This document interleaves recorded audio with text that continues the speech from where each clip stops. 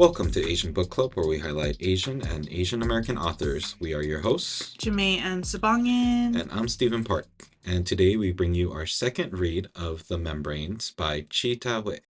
We are continuing to discover this world and this dystopian planet that's been written by the author. But we've also read other books that have, a lot of other books that have kind of gone into the realm of a post-apocalyptic world that other people are figuring out ways to live in, whether it's a zombie space of some sort or it's like the Hunger Games where there's a new governmental body. There's other visions of going out into space, but my thought while I was reading this, and kind of as I'm reading the other books, is how long would it take me to want to move out into that space? Because if we're talking about true to life, because most of the times what we're seeing is a world that's already established, it's already several hundred years into the future of that world. Like Snow Globe was developed and people were living there for a long time. Mm-hmm. But if we're talking about true to life, we are going to be seeing the development of these spaces as it goes on. Like a crazy billionaire that has way too much money that wants to go off in space and create a new civilization with only his own specimen. Like that can eventually formulate, I guess, if everything happens into something in maybe like 1,000, 2,000 years. Right. We don't see the transition points, and that's kind of what you're thinking of. Right. So in that case, like how long do you think it would take you? Like what would need to happen for you to want to move to the space? So in this world with the membranes, having an underwater world, what would it take for you to want to move there? I think if it becomes an established place already, like it's not just one billionaire who created a home, it's not just one person who's living in outer space, but once an entire group has already established a place for, let's say, 5 years, and I see things going downhill from there, then maybe I would consider moving. But also, considering costs, I feel like it wouldn't be open to us working class folks until much later. Yeah, that was a part of what I was thinking too, is even if this place gets established, my first thought is I don't know if that's safe. Like if someone told me there's a bubble underwater and that's where everyone's gonna live, I don't know if that feels safe enough to me to want to move there. Like Right. my thought is that it's gonna collapse or crumble and bad things are gonna happen. The other part is exactly what you said, where let's say the first 100 people that go there are even if they do an experiment and just get a random selection of people, then you have the next 100, 500 people that go there. And yeah, our assumption would be that you would need a lot of money to go to this new place that would be profound and ideally escaping some form of negative. Mm-hmm. And then when does it get to the number that feels like the communities that we would want to be a part of and not just escaping the terrors of whatever's outdoor? So then comes the question of, is it worth the value of trying to escape the bad thing? Or is it better to be living within the community even though there's more risk? Like in this case, the risk of skin cancer and things like that. Right. I think for me, the number would be in the thousands. Not necessarily like a big, big number like the millions, but if 1,000 people already trust this structure and are living safely, quote unquote, then I would consider it as long as I'm able to weigh out the cost. Mm-hmm. And this sounds like such a foreign thing. It sounds so out of this world, fiction, sci-fi kind of thing. But I would assume that the same thing happened when air travel first happened, or when car Mhm. travel first happened, or trains. Like, who would have thought about wanting to be in a tube that goes into the air and just kind of floats there? Right. So, dystopia is absolutely something that is more futuristic and hopefully we never have to experience.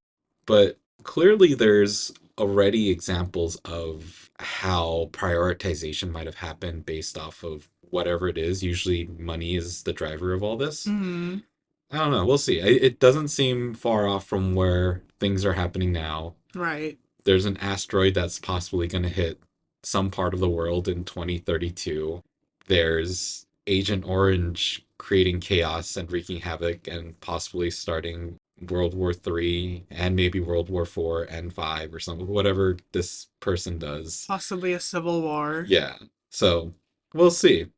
If things happen with that person, I'm just gonna go wherever he isn't. If that means going underground as like the first 50 people, I might consider it. We'll see.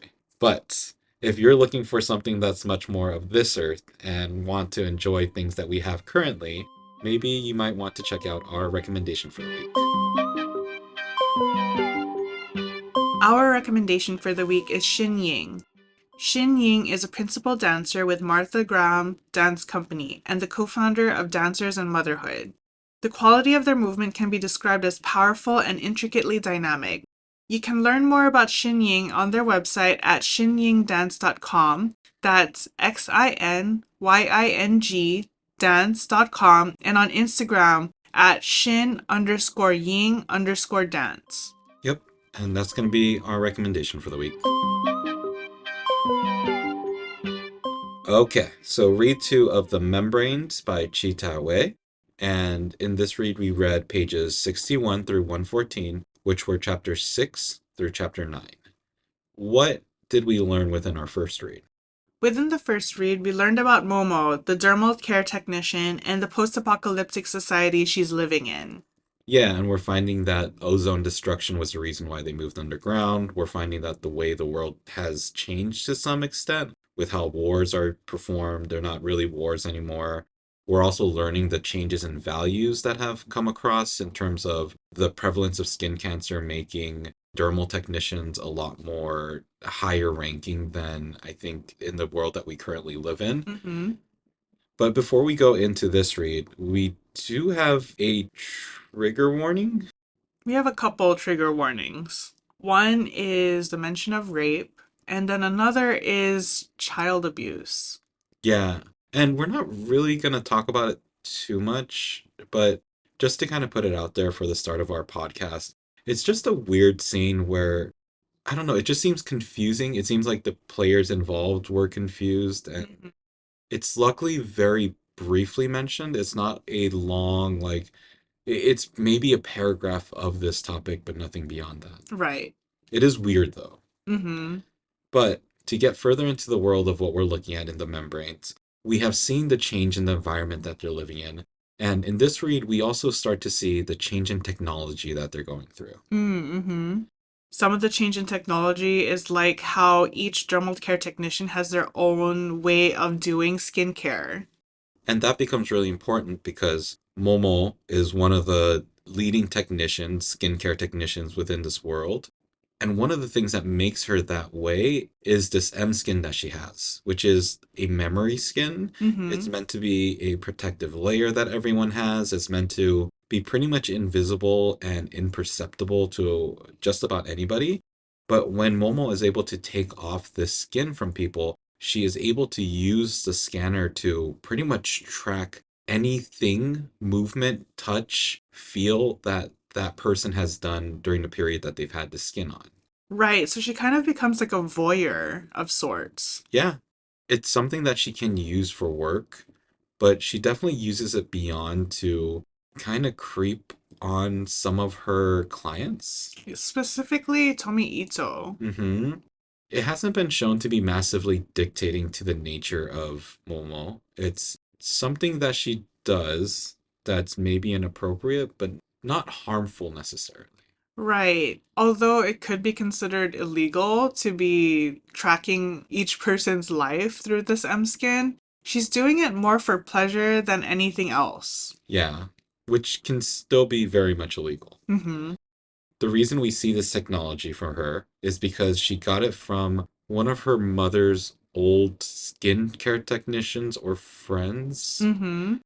That friend was Draupadi, and she makes a brief entrance into this world, but doesn't seem like she's going to be a mainstay in what's happening. She just seems like a side character that is very much involved in the life between Momo and her mother.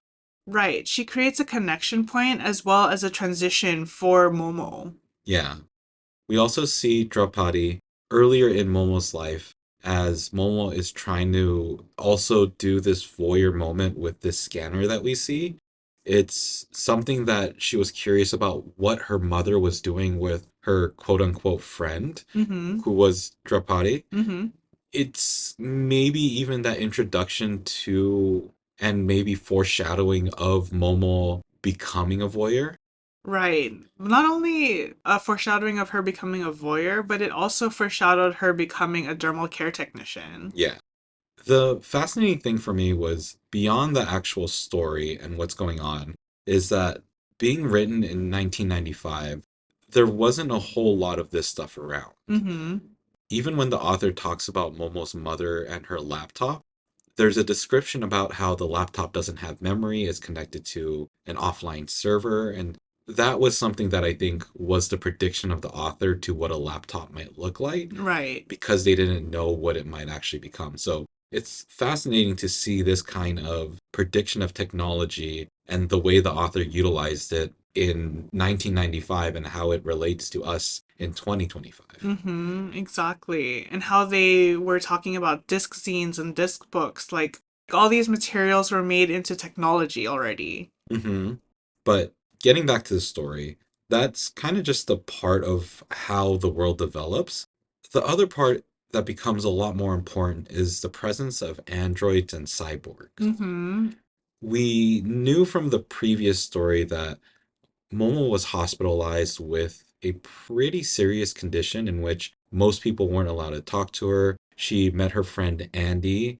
There was a surgery that happened, and then Andy disappeared, and we didn't really know what happened beyond that. Right. And it's not until later in this read that we get to see exactly what happened, or at least what we think happened through Momo's eyes. Yeah, it's a lot clearer. We are able to at least start assuming that this world provides for cyborgs in which humans can elongate or change their lives by combining their human bodies with cyborgs that they have. Right. And with these cyborgs, they're all essentially the same. They're all called Andy. Yeah, and I think Andy's just short for android. Yes. The cyborgs themselves are different units. They're built specifically for individual people so that they can more closely resemble either what that individual wants or maybe needs for a very specific organ or something like that. Right. And we see this through the example of another character that enters this story. They're just like pretty much like an NPC. Like they're Mm-hmm. non-playable character. There's someone that's just gonna be on the side, but we see the same connection point between Momo and the Andy that she knew with a cyborg that she meets and an individual that is going to be melding into the cyborg. Right. That cyborg is able to give Momo all this information that makes us assume that the exact same thing happened to her and Andy. Mm-hmm. Exactly. So we can extrapolate that Andy is part of Momo Right. and that Momo is now part android. Right. Which explains the lack of, and I hate the fact that they use this word, but the lack of PP. Mm-hmm. It's okay. I I think the reason why it's called PP is because this book was translated from Chinese Mm. and the translator being, it sounds like American, may not have been able to figure out exactly what word to use. And in the 90s, things were a little bit more sensitive to, like, people didn't want to use, I don't know, like vagina, or I would assume a female body part, but I don't think it was a female body part though. the PP? Yeah, which is why I thought that Momo was a trans child because she says earlier in the first read that why does Andy not have a PP like me? And then later on in the second read, she mentions that she no longer has one. Yeah, I think of it more like the situation of like having a vagina and then having like a Barbie doll smooth part. At least that's how I pictured it in my brain, is that PP wasn't a penis, it was a vagina with like, I don't know, like a slit per se, but now it's just smooth down there. I don't think so because she also says that her mom doesn't have a PP, so I'm thinking that she means penis Or the way that I took it was that her mom is also an android. with pubic hair, Yeah. I guess. I don't know. I think that's something that we'll probably find out as this keeps going on. But at least that was my interpretation, is that It wasn't a change in gender per se, or a change in maybe not even gender, but body parts. Mm, But it was much more of the fact that she had this android body that had a smooth round part rather than a functional anatomy portion. okay. But yeah, we don't know. Like they went into very little description. I mean, the trigger warning part that we talked about was one in which gave a little description in the fact that there's sensitivity in that Mm-hmm. area, but not more than that. Like we don't know anything more than that. Mm-hmm. But at least what we know is that Momo and Andy seem to be melded in some way. Right. Along with just the physical nature of Momo, we also start to tap into this emotional, social, familial aspect of her as well. Mm-hmm. With her mother visiting. Yeah. And we have to remember that her mother and Momo were separated when was it she was 8 or something, like really young. She started off in the hospital when she was 7, and she was there for 3 years, so she was 10 when she finally left the hospital.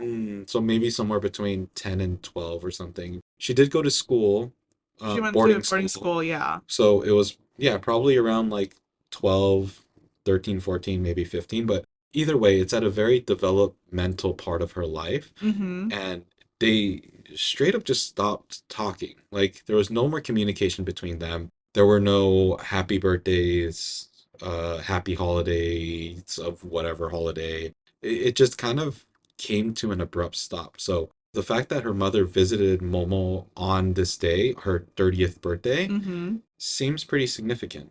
Mm-hmm.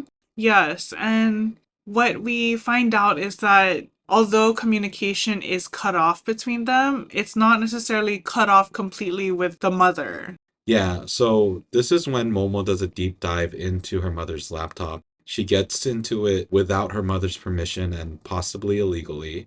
But what she finds are multiple files in which Momo's life has been recorded. Mm-hmm. And it's recorded through Momo's perspective. Right. This made me very confused. It made me, in a way, happy that at least her mother was connecting, but it left a lot of room for questions. Mm-hmm. I'm thinking that each person, when they're born, maybe, has a chip or some kind of technology installed in them that makes it so that their memories are recorded somehow. I'm thinking more that when she turned into this android, that's when the chip started. Mm. But it doesn't explain the first part. It because one of the memories that are included within this is the memory of Momo's birth, Mm-hmm. which that in itself was different. It wasn't like a person was pregnant, labor and delivery or something like that. Right. She was born from Peach. Right, like a peach was opened up and there she was. Mm-hmm. But it seemed like the actual footage, even though they describe it as grainy or out of focus in a way, it still seemed like footage that wasn't cartoony or unreal. Right. Another thing that I was thinking is that maybe she has a form of M skin on her that she doesn't know she has. But they would still need to take it off and record it.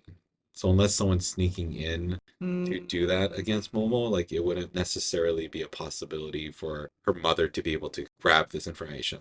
Plus, Momo was getting direct source of information from her own eyes when she opened up the current date to when she was in that room on that laptop. right. It's confusing. There's at least a sense that maybe her mother was still caring for Momo, still wanting to track her. Mm-hmm. I would say the place that we do not leave off on because it comes before Momo actually enters all these files, but her mother does say, Momo, I'm here for a reason. Like, I'm here on your 30th birthday and just let me explain. Mm-hmm. And because Momo was more interested in getting all of this data, we never really got an explanation for why the mother is there on her 30th birthday. Mm-hmm. Right. We left off with the mother going to sleep. Because she was drugged by Momo. Right. It's interesting. It definitely departs from like your standard, I don't know, like even more so than the happy fairy tale, but even the confusingness of some dystopian novels, the familial relationship in this one makes it confusing. I think that's the word I'm going to use. Right. For better or worse, it's confusing. And for the worse, it's confusing. Because we're trying to figure out, like, okay, what is this android cyborg thing? Mm-hmm. We're also trying to figure out what is this world that we're living in, and does it have anything to do with what's going on? Because if we think about, like, yeah, I'll go back to Hunger Games or Snow Globe, like the world plays a key issue in what's happening to that story. Right. For this story, it seems less important. It seems like the world is there, but this familial and this individual relationship is happening, and the only parts of the world that are contributing is that advancement in technology. For sure. And I think in that sense, the world is influencing the story because if it weren't for the world being underwater, there wouldn't be need for this technology to begin with. Hmm. I also think that after talking about this section, there might be Chekhov's guns and just red herrings, and there might be a third option that we're not seeing. Hmm. The curious part about the next read is that you and I have very different perspectives of where we are in this book. Mm-hmm. We see the characters very differently. We see how this book is being written in a completely different way. Yes. So I'm hoping that what the third read does is start to provide us enough information that it starts to wrap that up. Mm. There is a sense with the way that this book is written, the brief nature, the perfunctory kind of straight to the point writing, that I do think makes it so that we can create our own story and fill in the gaps and provide a maybe different narrative than what the other person's seeing. Definitely. So different interpretation for different people. Yeah. Once again, the curiosity is what happens at the end. Mm-hmm. But we won't know that until we get into our third and final read.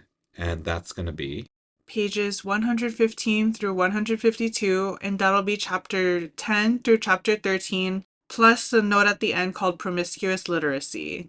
yep. And for anyone that has their own opinions on this or maybe saw the character of Momo a little bit differently, how can people reach out to us? Y'all can reach out to us through email at asianbookclubpod@gmail.com or message us through Instagram at asianbookclubpod. We also have our website, which is asianbookclubpod.com, where we have books that we've read in the past, books that we recommend, and books that we plan to read in the future. And a great way to support us is to rate, review, and subscribe to the podcast. Otherwise, make sure to be happy, be healthy, and read a book. Ingat. Bye!